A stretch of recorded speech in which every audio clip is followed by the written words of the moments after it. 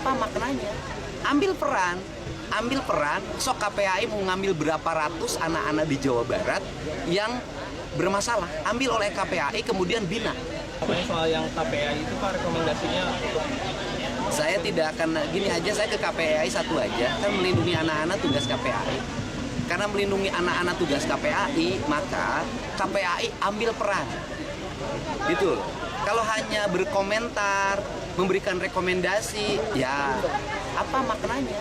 Ambil peran, sok KPAI mau ngambil berapa ratus anak-anak di Jawa Barat yang bermasalah, ambil oleh KPAI kemudian bina. Itu saya bekerja demi rakyat, bukan demi siapapun. Dan ingat loh sama KPAI bahwa hari ini di Jawa Barat apa gubernur pusingnya? Pelecehan anak di bawah umur itu masih baik dilakukan oleh ayahnya, ayah tirinya, pamannya, kakeknya, bahkan oknum guru ngaji. Dicek. Dan saya sampaikan ke KPAI, saya setiap hari berkoordinasi dengan para Kapolres, melakukan langkah-langkah percepatan tindakan. Saya berkoordinasi dengan Kapolda setiap hari. Dan saya sampaikan ke KPAI, tiap hari di rumah saya, itu penuh orang tua yang nginep karena minta pelindungan terhadap pelecehan seksual, pencabulan terhadap anak-anak. Mereka bingung menghadapi orang yang melakukan pencabulannya. Mereka bingung bolak-balik biaya di pemeriksaan. Ini problem gitu loh. Jadi mari kita ambil peran. Jangan sampai setiap orang mengambil tindakan rame-rame digebukin. Kalau mentalnya kayak saya nggak ada masalah. Tapi kalau mentalnya lemah, orang tidak akan di Indonesia ini tidak akan ada yang mau ngurusin orang lain karena takut disalahin. Kemudian ada surat edaran, kemudian ada poin 8 dari surat edaran tersebut, disebutkan bahwa yang kelima, berdasarkan latar belakang para siswa yang mengikuti program di 2 lokasi barak militer, yakni di Lembang dan Purwakarta, faktor penyebab utama mereka masuk ke dalam program ini tidak karena kebiasaan merokok, disusul oleh perilaku sering membolos sekolah, dan di urutan ketiga adalah keterlibatan dalam tawuran.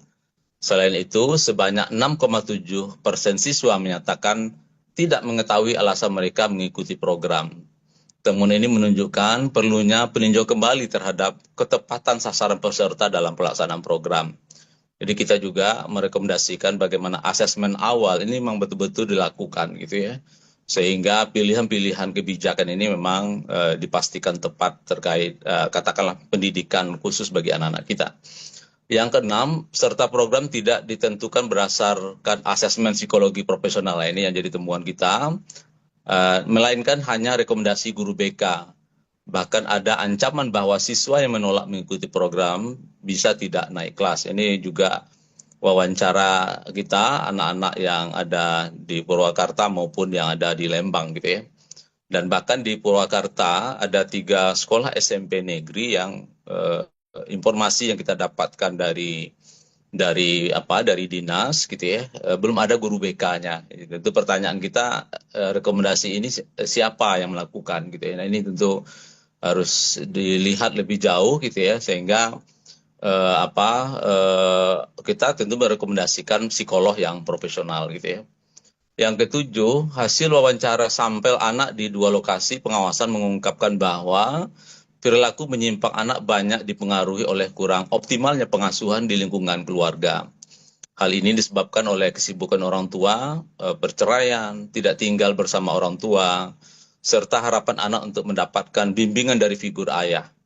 Selain itu, pengaruh teman sebaya dan lingkungan sekitar juga turut berperan. Ya. Jadi memang kita berdiskusi hampir 1 jam dengan pengelola dan dengan OPD yang ada baik di Purwakarta maupun di Lembang ya. Memang isu keluarga ini menjadi isu yang sangat banyak kita diskusikan, dan bahkan pasca kegiatan pendidikan ini bagaimana menyiapkan infrastruktur keluarga yang bisa mendukung untuk tumbuh kembang anak. Kemudian hasil diskusi dengan dinas terkait mengungkapkan bahwa kekurangan psikolog profesional, pekerja sosial, ya guru BK, menyebabkan layanan konseling bagi anak dan siswa tidak berjalan secara maksimal. Jadi ekosistem perlindungan anak kita perlu dilihat, baik yang ada di perangkat UPT DPA, Puspaga, PATBM, tim pencegahan penanganan kekerasan di satuan pendidikan belum berfungsi optimal karena keterbatasan SDM dan termasuk juga dukungan anggaran. Kemudian tidak semua pembina memahami protokol child safeguarding ya, karena dalam kasus-kasus yang disampaikan oleh ketua tadi ya, banyak terjadi juga di lembaga, baik itu lembaga pengasuhan, lembaga pendidikan gitu ya, atau lembaga-lembaga tempat anak lainnya, yang dimana relasi kuasa, kemudian orang yang tidak memaham dan mengerti bekerja dengan anak, potensi terkait kekerasan itu bisa saja terjadi.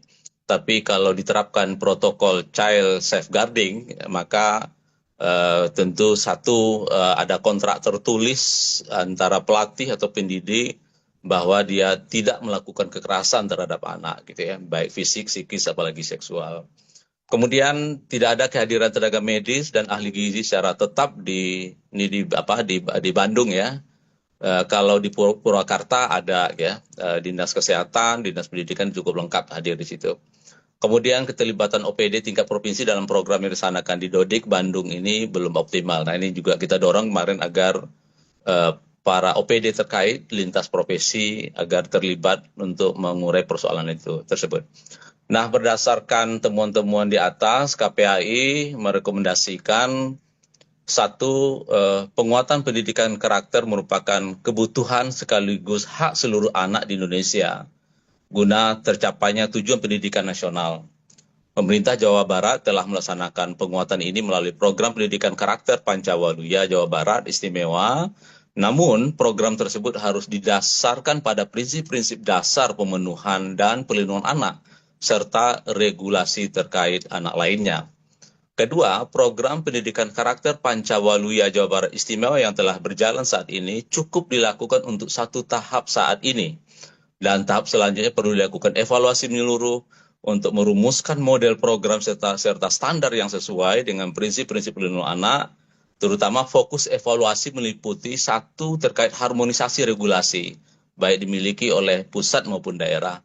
Kemudian definisi kriteria indikator anak yang membutuhkan pelindungan khusus ya. Kita di pasal 59 Undang-Undang Pelindungan Anak sudah menjelaskan cukup detail ya, ada 15 jenis, saya kira merujuk ke sana dan termasuk juga PP Pelindungan Khusus Anak.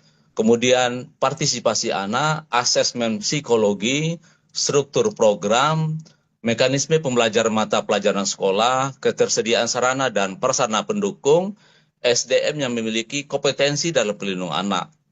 Ketiga, program pendidikan karakter Pancawaluya Jawa Barat Istimewa sebagai ko-kurikuler atau lainnya. Kemudian pemerintah daerah perlu memastikan adanya komitmen tertulis dari pelatih dan pembina program pendidikan karakter Pancawaluya untuk tidak melakukan kekerasan terhadap anak.